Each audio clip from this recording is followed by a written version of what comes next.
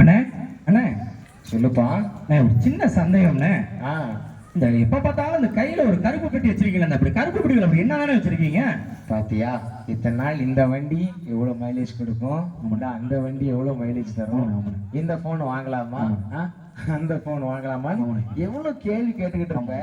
இன்னைக்குதான் ஒரு உபயோகமான ஒரு கேள்வி கேட்டிருக்கப்பா. சரி சரி. அதாவது சரி நான் சொல்றேன், இதுக்கு பேரு கருப்பு பெட்டி கிடையாதுப்பா, இதுக்கு பேரு பரிசுத்த வேதாகமா. சரி சரி. இந்த பரிசுத்த வேதாகமத்துல என்ன எழுதிருக்கு தெரியுமா? இந்த பரிசுத்த வேதாகமத்துல இந்த உலகம் படைக்கப்பட்டதுல இருந்து முதல் மனிதர்கள் உண்டாக்கப்பட்டதுல இருந்து முதல் பாவம் தோன்றுறதுல இருந்து அதை மன்னிக்க இயேசு கிறிஸ்து இந்த பூமிக்கு எப்படி வந்தாருங்கிற வரைக்கும் எழுதப்பட்டிருக்குப்பா. இந்த பைபிள்ல முதல் பாவத்தை குறிச்சிருக்கானே. முதல் பாவத்தை குறிச்சு இருக்கு. என்ன சொல்லுவேன்? உங்களோட ஆர்வத்தை புரிஞ்சுக்கிட்டு நான் சொல்றேன் கேளு.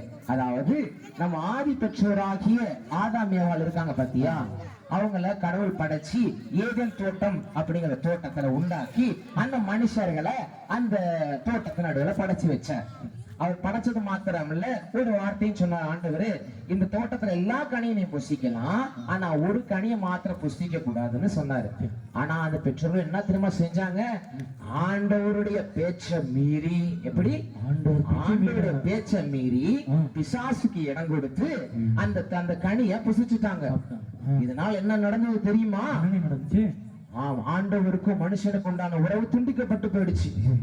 இதனால என்ன பண்ணாங்க? ஆனாலும் ஆண்டவர் என்ன பண்ணாரு? மறுபடியும் அந்த மனிதனோட என்ன பண்ணாரு? அந்த உறவை இணைக்கணும் அப்படின்னு சொல்லிட்டு ஆண்டவர் பிரயாசப்பட்டு பல தன்னுடைய ஊழியக்காரர்களை அனுப்பினார். அந்த ஊழியக்காரர்களை அனுப்பி அவங்களை மீண்டும் தன்னோட இணைக்கணும்னு கடவுள் பிரியப்பட்டார். ஆனாலும் அந்த மனுஷங்க என்ன பண்ணாங்க தெரியுமா? என்ன பண்ணாங்க? இப்படி கேட்கிறீங்க, சொல்ற கேட்க என்ன பண்ணாங்க அப்படின்னா, அந்த ஊழியக்காரங்களை துன்புறுத்தி வேதனைப்படுத்தி அவங்களை கொலை பண்ணிட்டாங்க. ஆனாலும் கடவுள் இன்னும் இந்த ஜனங்க அந்த மனுஷங்க மேல அன்பா இருக்கிற அப்படின்னால என்ன பண்ணாருன்னா, இந்த முறை வேற ஊழியக்காரங்களை அனுப்பல, தன்னுடைய சொந்த குமாரனையே இந்த பூமிக்கு அனுப்பினார். அவருதான் இயேசு கிறிஸ்து. இந்த இயேசு கிறிஸ்து பிறந்து வளர்ந்து அநேக அற்புதங்களை இந்த பூமியில செஞ்சாரு. என்ன அற்புதங்களை செஞ்சாரு தெரியுமா?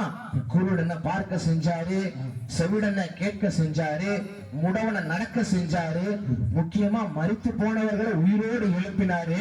இந்த மாதிரி இயேசு பல அற்புதங்களை அந்த பூமியில வாழ்ந்த நாட்களில அவங்க அற்புதங்களை இயேசு கிறிஸ்து செய்துகிட்டே இருந்தார். இப்படி அற்புதம் நிறைய செஞ்சிருக்கிறாங்க.